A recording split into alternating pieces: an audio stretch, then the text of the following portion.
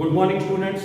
ધોરણ 10 વિષય વિજ્ઞાન રસાયણ વિજ્ઞાન અંતર્ગત પ્રકરણ નંબર 5 તત્વોનું આવર્તનીય વર્ગીકરણનો અભ્યાસ કરી રહ્યા છે. આ પ્રકરણ અંતર્ગત આજે આપણે ચોથા લેક્ચરમાં આગળ વધીશું. આ પહેલાના 3 લેક્ચરોનું ક્વિક રિવિઝન લઈ લઈએ તો પ્રથમ લેક્ચરની અંદર આપણે ભણાવવામાં આવ્યું કે તત્વ શું છે, મિશ્રણ શું છે, સંયોજન શું છે. અત્યાર સુધી શોધાયેલા તત્વોની સંખ્યા કેટલી? 118. તે પૈકી 94 જેટલા તત્વો કુદરતી રીતે મળી આવે છે, બાકીના બધા પ્રયોગશાળામાં વૈજ્ઞાનિકો દ્વારા સંશ્લેષિત કરવામાં આવે છે. પ્રથમ લેક્ચરમાં જ વાત હતી કે તત્વોના વર્ગીકરણની જરૂરિયાત સાથી ઉદ્ભવી. તો જેમ જેમ તત્વોની સંખ્યા વધતી ગઈ, નવા નવા તત્વો શોધાતા ગયા, તેમ તેમ તેને સાથે સંલગ્ન માહિતીની જે સંખ્યા છે એ પણ વધતી ગઈ. એવા સંજોગોમાં આ બધા તત્વો, તેની સંજ્ઞા, તેના પરમાણ્વીય દળ, તેના ભૌતિક ગુણધર્મ, તેના રાસાયણિક ગુણધર્મ, આ બધી માહિતીને કોઈ પણ વ્યક્તિ માટે યાદ રાખવી, આટલા બધા તત્વોની, એ બહુ મુશ્કેલ ભર્યું કામ બન્યું. ત્યારે તત્વોને તેઓના સમાન ગુણધર્મને આધારે નાના નાના જૂથમાં વહેંચવાની કવાયત ઊભી થઈ. આગળ વધતા આપણે તત્વોના વર્ગીકરણની શરૂઆતમાં બીજા લેક્ચરમાં ભણ્યા ડોબરેનર નામના વૈજ્ઞાનિકે. ડોબરેનરે ત્રિકોડીનો નિયમ આપ્યો. તમને યાદ કરાવી લઉં કે ડોબરેનરે તેના સમયમાં જાણીતા તત્વોમાંથી કેટલાક 3 તત્વોને ગોઠવ્યા. પરમાણ્વીય દળના ચડતા ક્રમમાં એવી રીતે ગોઠવ્યા કે જેથી પહેલા અને ત્રીજા તત્વના પરમાણ્વીય દળની સરેરાશ વચ્ચેના તત્વના પરમાણ્વીય દળ જેટલી થાય. આ પદ્ધતિ હેઠળ બહુ જ ઓછા તત્વોની શોધ થવાને કારણે આ પદ્ધતિ પણ નિષ્ફળ નીવડી. ત્યારબાદ ન્યુલેન્ડ નામના વૈજ્ઞાનિકે તત્વોના વર્ગીકરણનો પ્રયાસ કર્યો અને ન્યુલેન્ડનો અષ્ટકનો સિદ્ધાંત આપ્યો, જે હેઠળ પ્રત્યેક તત્વથી 8મા તત્વના ગુણધર્મ સમાન જોવા મળે છે, સંગીતના સૂરની જેમ. એવી વાત આપને સમજાવી. પણ ન્યુલેન્ડના અષ્ટકના સિદ્ધાંતની પણ કેટલીક મર્યાદાઓ આપણે ભણ્યા કે એ માત્ર હલકા તત્વોને જ લાગુ પાડે. કેલ્શિયમ પછીના તત્વ માટે એ ગુણધર્મનું જે રિપીટેશન છે એ થયું નહીં, અને છેલ્લે કોઈ એક સ્થાન પર ન્યુલેન્ડે 2 તત્વ મૂકી દીધા, કેટલાકમાં સમાન ગુણધર્મવાળા તત્વો પણ ભેગા મૂકાયા નહીં.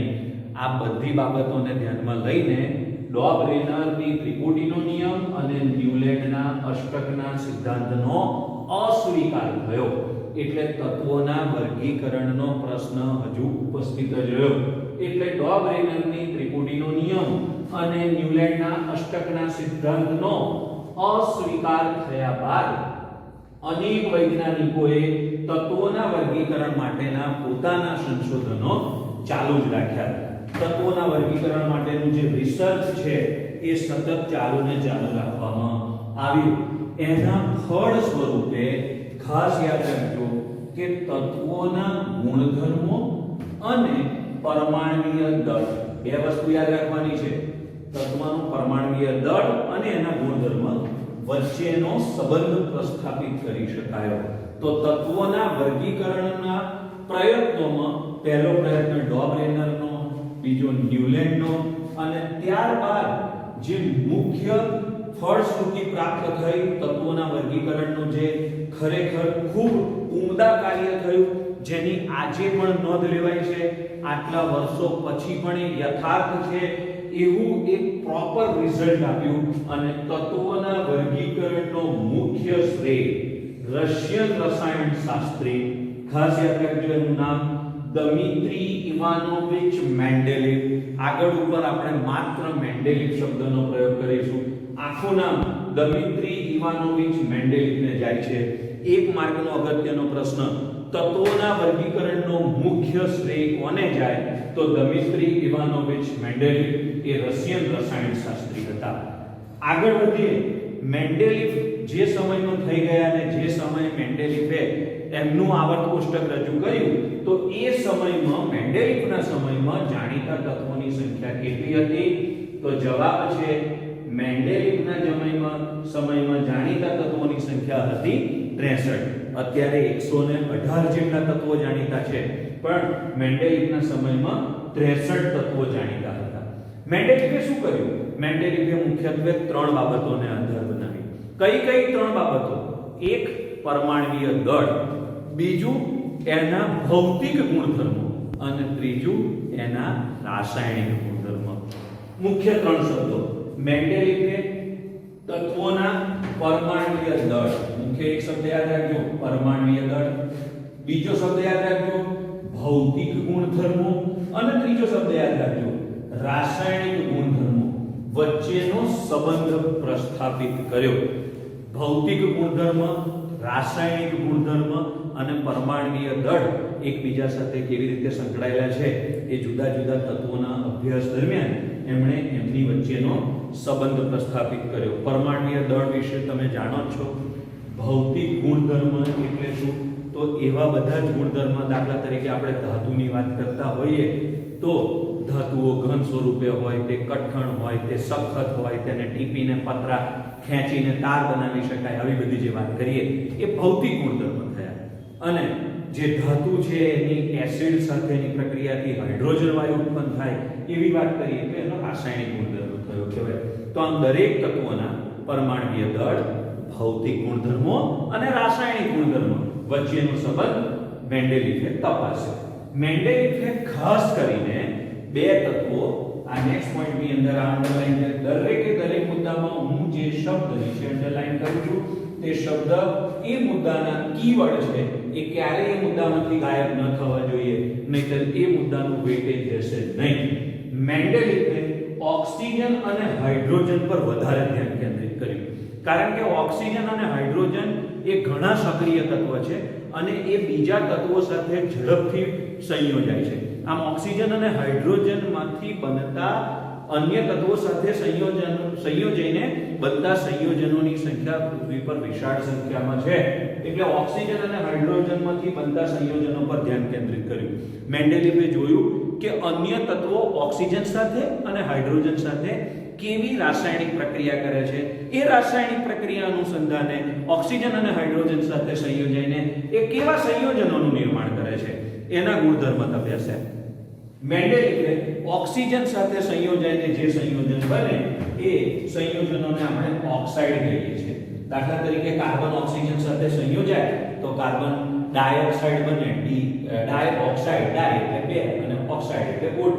એ જ રીતે જે તત્વો હાઇડ્રોજન જોડે સંયોજાઈને સંયોજન બનાવે એ સંયોજનોને હાઇડ્રાઇડ કહેવામાં આવે. તો મેન્ડેલિફે ઓક્સાઇડ અને હાઇડ્રાઇડના સૂત્રો જે બનતા હતા એમને પણ તત્વોના વર્ગીકરણ માટેના મૂળભૂત ગુણધર્મો પૈકી એક ગણાવે. હવે આ મુદ્દાનું એક્સપ્લેનેશન બરાબર ધ્યાનથી સાંભળજો. દાખલા તરીકે તમે ડોબરેનરની ત્રિપુટી તો જાણો છો, તમને યાદ પણ કરાવેલી છે. એનું અહીંયા ઉદાહરણ લઈએ કે લિથિયમ, સોડિયમ અને potassium. Lithium Li, sodium Na અને પોટેશિયમ એટલે કે. હવે જરા વિચારો કે લિથિયમ એ ઓક્સિજન સાથે સંયોજાય તો શું બનાવે? Lithium oxide Li2O. Sodium oxygen સાથે સંયોજાઈને શું બનાવે? Sodium oxide Na2O. અને પોટેશિયમ ઓક્સિજન સાથે સંયોજાઈને શું બનાવે? Potassium oxide A2O. આ ત્રણેય સૂત્રોમાં તમને સમાનતા જોવા મળે છે કે અહીંયા જે ધાતુ તત્વ છે, જે તત્વ છે લિથિયમ, સોડિયમ અને પોટેશિયમ, બધાના બે પરમાણુ રહેલા છે. એટલે અહીંયાથી એવું સ્પષ્ટ થાય કે સમાન રાસાયણિક સૂત્રો ધરાવે છે. લિથિયમ, સોડિયમ અને પોટેશિયમ ઓક્સિજન સાથે પ્રક્રિયા કરે, સમાન રાસાયણિક સૂત્રો ધરાવે છે, એટલે એ સમાન ગુણધર્મ ધરાવે છે, માટે એમને ભેગા મૂકી શકાય. જે ડોબરેનરે કીધેલું, જે ન્યુલેન્ડે કીધેલું, એ મેન્ડેલિફે પણ કહ્યું. એમણે ઓક્સાઇડ અને હાઇડ્રાઇડના જે સૂત્રો છે એ સૂત્રોને તત્વોના વર્ગીકરણ માટે પાયાના અગત્યના ગુણધર્મો ગણાવ્યા. આગળ વધીએ તો મેન્ડેલિફના સમયમાં જાણીતા તત્વો જે 63 તત્વો હતા, તો મેન્ડેલિફે શું કર્યું? એ સમાન ગુણધર્મવાળા તત્વ, મેન્ડેલિફે કેટલાક કાર્ડ લીધા, બરાબર? આપણે જે પ્લેટ કાર્ડ જમીએ છીએ એવા જુદા જુદા કાર્ડ લઈ લીધા. ઉપર લખી દીધું કે સોડિયમ, હા, સોડિયમના ગુણધર્મો ત્યાં આગળ નોટ કર્યા. લિથિયમ, લિથિયમના ગુણધર્મો નોટ કર્યા. અને એ કાર્ડ, સમાન ગુણધર્મવાળા કાર્ડ્સને મેન્ડેલિફે ભેગા મૂક્યા અને એમ કરીને એમણે એક કોષ્ટક તૈયાર કર્યું જેને મેન્ડેલિફનું આવાસ કોષ્ટક કહે છે. મેન્ડેલિફે સમાન ગુણધર્મવાળા તત્વોને, ખાસ યાદ રાખજો, મેન્ડેલિફે સમાન ગુણધર્મવાળા તત્વોને, અહીંયા જ્યારે ગુણધર્મોની વાત કરવામાં આવે તો ભૌતિક અને રાસાયણિક બંને ગણી લેવાય.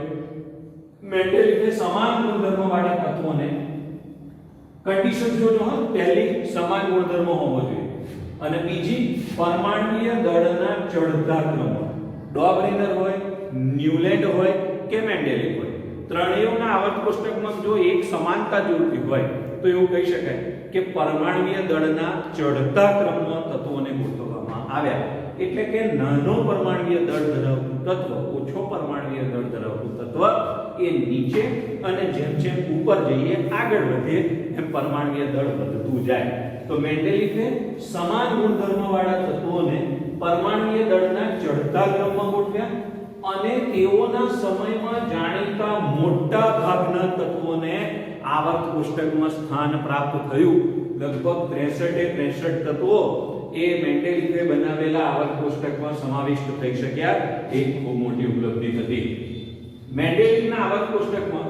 હવે આ જે કોષ્ટક છે મેન્ડેલિફનું એ આપણી ટેક્સ્ટ બુકની અંદર આપેલું છે. કેટલીક મર્યાદાઓને કારણે આખું કોષ્ટક અહીંયા બોર્ડ પર ડ્રો કરી શકાય એમ નથી. તો મારી રિક્વેસ્ટ છે કે તમારી સાયન્સની ટેક્સ્ટ બુકમાં જે કોષ્ટક આપેલું છે એને આવનારા દરેક લેક્ચર દરમિયાન મેન્ડેલિફના આવર્ત કોષ્ટકનું હોય કે પછી આધુનિક આવર્ત કોષ્ટક વિશે ભણાવતા હોય તો જ્યારે વિડિયો લેક્ચરના માધ્યમથી આપ અભ્યાસ કરો ત્યારે તમારી ટેક્સ્ટ બુકમાં મેન્ડેલિફનું આવર્ત કોષ્ટક અને આધુનિક આવર્ત કોષ્ટક વાળું જે પેજ છે એ ખુલ્લું રાખજો. હું જ્યારે કહું કે આવર્ત કોષ્ટકની આ રો અને આ કોલમ તો તમારું ધ્યાન એ ટેક્સ્ટ બુકના એ પેજ પર એ કોષ્ટક પર જવું જોઈએ અને એમાં પણ તમારે નિહાળવાનું છે કે આપણે જે ચર્ચા કરી રહ્યા છીએ કોષ્ટક સાથે કેટલી સુસંગત છે. મેન્ડેલિફના આવર્ત કોષ્ટકમાં આડી હરોળને આવર્ત કહેવાય. કોઈ પણ કોષ્ટક હોય એમાં શું હોય તો આડી લીટીઓ હોય અને ઊભી લીટીઓ હોય. આડી હરોળોને કહેવાય આવર્ત. આ એક તમારા માટે મુખ્ય શબ્દ આવ્યો. પાઠના નામમાં પણ આ શબ્દ છે આવર્તનીય વર્ગીકરણ. એટલે આડી હરોળોને આવર્ત કીધી અને ઊભા સ્તંભોને સમૂહ કહેવામાં આવે છે. મેન્ડેલિફના અવલોકનમાં નોંધવામાં આવ્યું કે સમાન ભૌતિક અને રાસાયણિક ગુણધર્મો ધરાવતા જુદા જુદા તત્વો એક નિશ્ચિત વિરામ પછી પુનરાવર્તન પામે છે. આ જ વાત તો ન્યુલેન્ડે પણ કહેલી કે એક નિશ્ચિત વિરામ એટલે કે સોડિયમ પછી આઠમું તત્વ જે છે પોટેશિયમ આવે. આવી વાત ન્યુલેન્ડે પણ કરી હતી પણ એ અમુક લેવલ સુધી મર્યાદિત થઈ હતી. મેન્ડેલિફે પણ એક બાબત નોંધી કે સમાન ભૌતિક અને રાસાયણિક ગુણધર્મો ધરાવતા જુદા જુદા તત્વો એક નિશ્ચિત અંતરાલ પછી પુનરાવર્તન પામતા હોય છે અને આ બધી બાબતોના ફળ સ્વરૂપે જે એક સૌથી અગત્યનો નિયમ પ્રતિપાદિત કરવામાં આવ્યો એને આજ દિન સુધી જે નિયમનું એટલું જ મહત્વ છે એવો મોસ્ટ આઈએમપી 1 માર્કના પ્રશ્ન માટે પણ ખૂબ જ અગત્યનું કે મેન્ડેલિફનો આવર્ત નિયમ જણાવો. મેન્ડેલિફનો આવર્ત નિયમ જણાવો. જ્યારે નિયમની વાત થતી હોય, સિદ્ધાંતની વાત થતી હોય, વ્યાખ્યાની વાત થતી હોય તો એમાં રહેલા શબ્દો અને એના ક્રમ જરા પણ બદલાવા ના જોઈએ. વર્ડ ટુ વર્ડ પરફેક્ટ લખવો પડે કે તત્વોના ગુણધર્મો શબ્દમાં રાસાયણિક ભૌતિક બંને ગયા. તત્વોના ગુણધર્મો તેના પરમાણ્વીય દળના આવર્તનીય વિધેય છે. સરળ ભાષામાં સમજાવું તો તત્વોના ગુણધર્મ એના પરમાણ્વીય દળ પર આધાર રાખે છે. તત્વોના ગુણધર્મો બદલાય તો એનું મુખ્ય કારણ એનું પરમાણ્વીય દળ બદલાવાનું છે. પુનઃ તત્વોના ગુણધર્મો પરમાણ્વીય દળના આવર્તનીય વિધેય છે. સરળ ભાષામાં કહીએ તો તત્વોના ગુણધર્મ એના પરમાણ્વીય દળ પર આધાર રાખે છે. તો મિત્રો આ મેન્ડેલિફના આવર્ત કોષ્ટક વિશેની અગત્યની માહિતીઓની ચર્ચા આપણે કરી. મેન્ડેલિફનું આવર્ત કોષ્ટક ખૂબ અગત્યનું છે. એક લેક્ચરમાં એનો ટોપિક પૂર્ણ થાય એમ પણ નથી. મેન્ડેલિફના આવર્ત કોષ્ટક બાબતે હજુ આપણે મેન્ડેલિફના આવર્ત કોષ્ટકમાં જોવા મળતી વિસંગતતાઓ આપણે વખાણ તો બહુ કરી લીધા પણ હજુ ક્યાં નાના મોટા પ્રોબ્લેમ્સ રહ્યા એ ભણવાનું છે. મેન્ડેલિફના આવર્ત કોષ્ટકની ઉપલબ્ધિઓ વિશે ભણવાનું છે. સારું હજુ કેટલી વસ્તુઓ હતી પોઈન્ટ વાઇઝ મેન્ડેલિફના આવર્ત કોષ્ટકની ઉપલબ્ધિ ભણવાની બાકી છે. મેન્ડેલિફના આવર્ત કોષ્ટકની વિસંગતતા ભણવાની બાકી છે અને મેન્ડેલિફના આવર્ત કોષ્ટકની મર્યાદાઓ પણ ભણવાની બાકી છે. આ બધી વસ્તુઓનો વિગતવાર અભ્યાસ કરીશું ત્યારે જ આપણને અત્યારે જે અમલમાં છે આધુનિક આવર્ત કોષ્ટક મોડર્ન પીરિયોડિક ટેબલ એની અગત્યતા સમજાશે અને એની શોધ કેવી રીતે થઈ એ બધી આપણને ખબર પડશે. પણ આજના લેક્ચરમાં આપણું કામ મેન્ડેલિવના આવર્ત કોષ્ટકની રૂપરેખાને સમજવાનું હતું. મેં મારા સંપૂર્ણ પ્રયાસ દ્વારા આપને મેન્ડેલિવના આવર્ત કોષ્ટક વિશે જાણ કરી સમજાવ્યું છે. આશા છે આપને ખ્યાલ આવી ગયો હશે. હજુ બીજા 2 લેક્ચર મેન્ડેલિવના આવર્ત કોષ્ટક વિશે જ જશે. આજે ચોથો લેક્ચર હતો, પાંચમો અને છઠ્ઠો લેક્ચર બંને મેન્ડેલિવના આવર્ત કોષ્ટક એ રહેવાના છે. આ લેક્ચરની જે નોટ્સ છે એ ખૂબ સુંદર રીતે લખી દેજો અને મારી ખાસ રિક્વેસ્ટ છે કે આપની પાસે રહેલા રેફરન્સ મટીરીયલમાંથી આ ટોપિકને આધારિત ખાલી જગ્યા હોય, એમસીક્યુ હોય, 1 માર્કના પ્રશ્નો હોય, ખરા ખોટા હોય, વૈજ્ઞાનિક કારણો હોય તો એ પણ આની સાથે સાથે ચોક્કસપણે લખી લેજો. આગલા લેક્ચરમાં મેન્ડેલિવના આવર્ત કોષ્ટકની ઉપલબ્ધિઓ અને મર્યાદા અને વિસંગતતાઓ વિશેનો અભ્યાસ કરીશું. Thank you very much.